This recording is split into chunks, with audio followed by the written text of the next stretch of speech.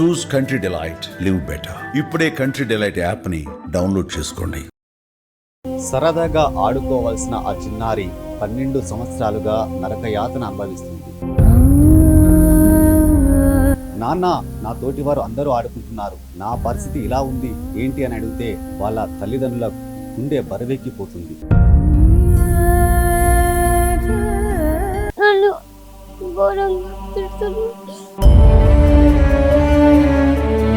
స్కూల్కి వెళ్తే ఏమనే వాళ్ళు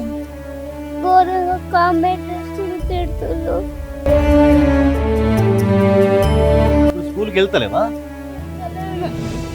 కామెడీ చేస్తున్నా వెళ్తలేవా? ఎన్ని సంవత్సరాలు ఇది ఈ సమస్య? ఎట్లా పుట్టినప్పుడు ఉందండి, చూపిస్తున్నాం కానీ ఆర్థిక స్తోమత లేక. సరదాగా ఆడుకోవాల్సిన ఆ చిన్నారి 12 సంవత్సరాలుగా నరకయాతన అనుభవిస్తుంది. కూలికి వెళితే గాని పూట గడవని పరిస్థితి ఆ కుటుంబానికి. ఇప్పటికే కాయా కష్టం చేసి అప్పులు చేసి ఆసుపత్రిలో చూపించిన నయం కాని సమస్య. నాన్న, నా తోటివారు అందరూ ఆడుకుంటున్నారు, నా పరిస్థితి ఇలా ఉంది ఏంటి అని అడిగితే వాళ్ళ తల్లిదండ్రుల గుండె బరువెక్కిపోతుంది. హాస్పిటల్లో చూపెడదామంటే మాత్రం డబ్బులు లేని పరిస్థితి. ఆపన్న హస్తం కోసం ఎదురు చూస్తున్న కుటుంబ సభ్యులు. ప్రస్తుతం మనం కరీంనగర్లోని హౌసింగ్ బోర్డు కాలనీకి చెందిన సిరిచందన అనే బాలిక గత 12 సంవత్సరాలుగా వెన్నునొప్పి సమస్యతో బాధపడుతుంది. వాళ్ళు తల్లిదండ్రులు రెక్కాడితే కానీ డొక్కాడని నిరుపేద కుటుంబం. ఇప్పటికీ ఎన్నో హాస్పిటల్ తిరిగినా కూడా నయం కాని సమస్యతో మాత్రం కన్నీరు మున్నీరుగా విలపిస్తుంది. ప్రస్తుతం మనం వారి కుటుంబం వద్ద ఉన్నాం. మనకు పాటు వారికి సిరిచందన ఉంది, ఆమెను అడిగి మరిన్ని చదువుతుంది. బాపా, మీ పేరేంటి? నా పేరు సిరిచందన.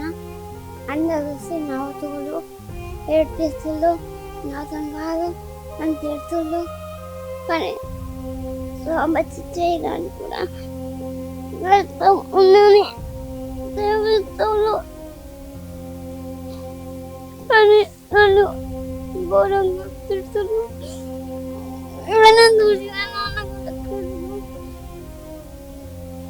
స్కూల్కి వెళ్తున్నావా? స్కూల్కి వెళ్తే ఏమనే వాళ్ళు ఘోరంగా కామెంట్ చేస్తులు, తిడుతులు. నాతో కాదని స్కూల్లో చెప్తే కూడా తిడుతులు. నన్ను సోమతి లేదని మా డాడీ మా మమ్మీ కష్టపడుతున్నారు. నా కోసం కూడిపోని కోసం కూడా కష్టపడుతున్నారు. చూపించడానికి కూడా కష్టమే ఉంది. ఇల్లు కావాలని ఏడ్చిన ఇల్లు వచ్చేసింది. నా కోసం గిన్ని కష్టపడుతున్నారు. కానీ సోమతి లేదని బాగా ఏడిపిస్తాను. ఇప్పుడు ఈ నొప్పి పెయిన్ వస్తుందా? నీకు వస్తుందా? అది వస్తలేదు, కానీ ఎంత తిన్నా ఆరోగ్యం మంచిగానే ఉంది. కానీ బయటికి పోతే కూడా కామెంట్ తిడుతున్నారు అంతే. ఇప్పుడు స్కూల్కి వెళ్తలేవా? కామెంట్ చేస్తున్నా వెళ్తలేవా? కామెంట్ బాగా కామెంట్ చేస్తున్నారు. కానీ మేడం కూడా కష్టం తిడుతుంది రావద్దని.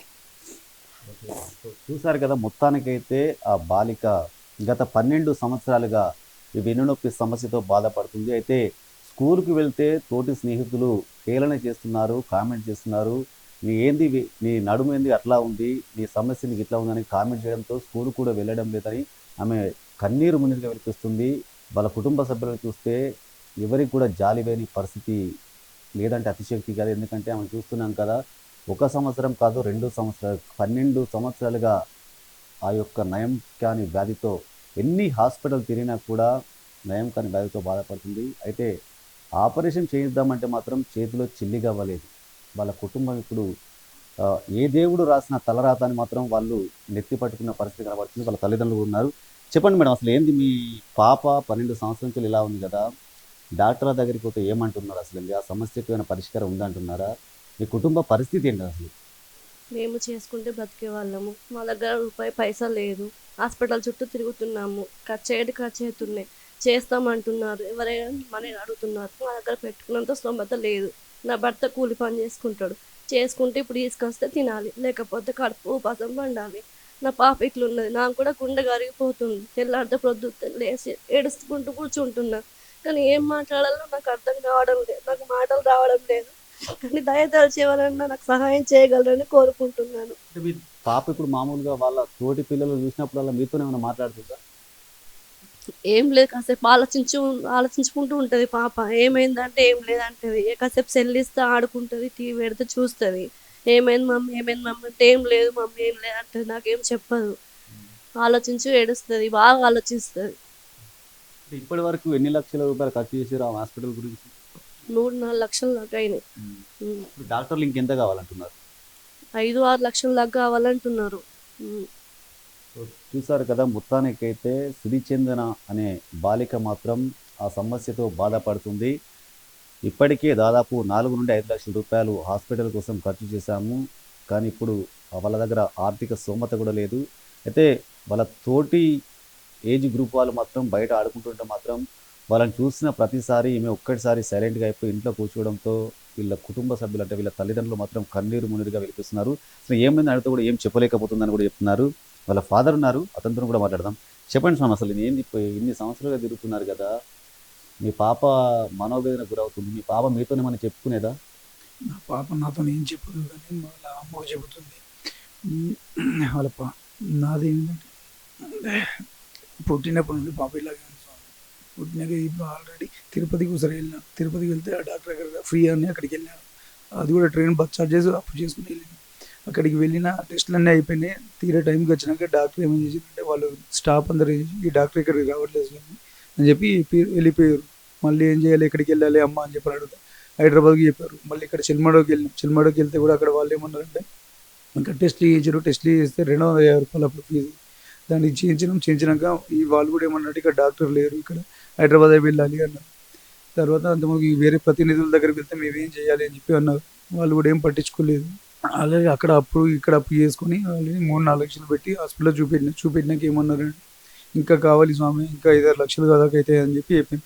అయ్యా మా దగ్గర ఏమీ లేదు అని చెప్పి అనగా ఇప్పుడు ఈ సుమంట వాళ్ళు వచ్చారు మా దగ్గర. వచ్చి సరే మేము మా వంతు సాయం చేస్తామని ఇప్పుడు వచ్చారు. ఇప్పుడు మీకు ఎంతమంది పిల్లలు? సో ఇప్పుడు డాక్టర్లు 6 లక్షలు అమౌంట్ చేస్తే సర్జరీ చేస్తా అంటున్నారా? అవుతుంది అంటారు. పాపనే పెద్దది, బాబు చిన్నవాడు. కానీ పాపకి ఇప్పుడు 14 సంవత్సరాలు.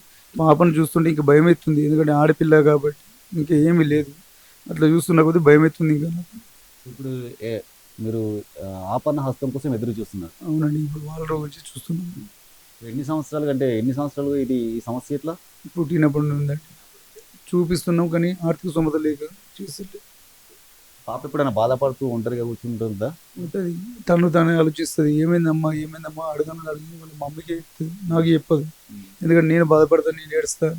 నేను నిత్య కూలీని, దినసరి కూలీని. నాకు రోజు తీసుకుంటే 4-5 వందలు వస్తాయి అంతే. దాంట్లోనే నేను పిల్లలకు, చదువుకు, బాబుకు, ఇంట్లో తినడానికి, రూమ్కు అన్ని.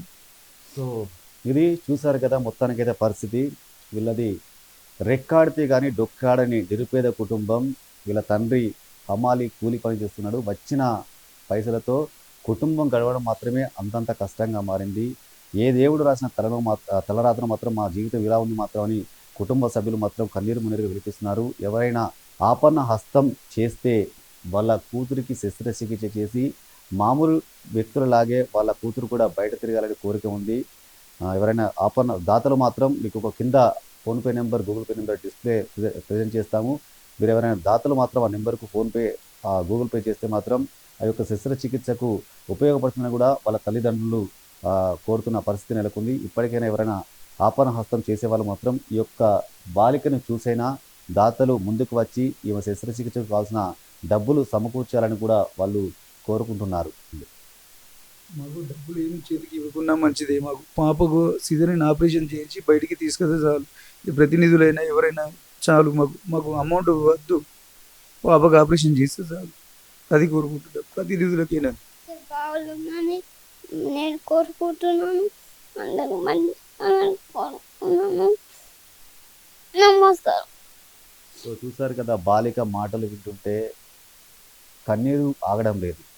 ఎవరైనా ప్రజాప్రతినిధులు కానీ దాతలు కానీ ముందుకు వచ్చి ఆమె ఫ్యూచర్ బాగు కోసం డబ్బులు చేతులకి ఇవ్వాల్సిన అవసరం లేదు, ఆమె బాలిక శస్త్రచికిత్స కోసం ముందుకు రండి అని కూడా ఆ కుటుంబం మొత్తం కాళ్ళ వెళ్ళపడుతున్న పరిస్థితి కనబడుతుంది. ఇప్పటికైనా ఎవరైనా దాతలు ముందుకు వచ్చే వాళ్ళు PhonePe number, Google pay number ఈ వీడియో కింద డిస్క్రిప్షన్లో మేము మెన్షన్ చేస్తాము. దాతలు ముందుకు వచ్చి ఆమె శస్త్రచికిత్స కోసం ముందుకు రావాలని కూడా వాళ్ళ తల్లిదండ్రులు వేడుకుంటున్న పరిస్థితి కనబడుతుంది. కెమెరా పర్సన్ సాయితో Srinivas, Suman TV, housing board colony.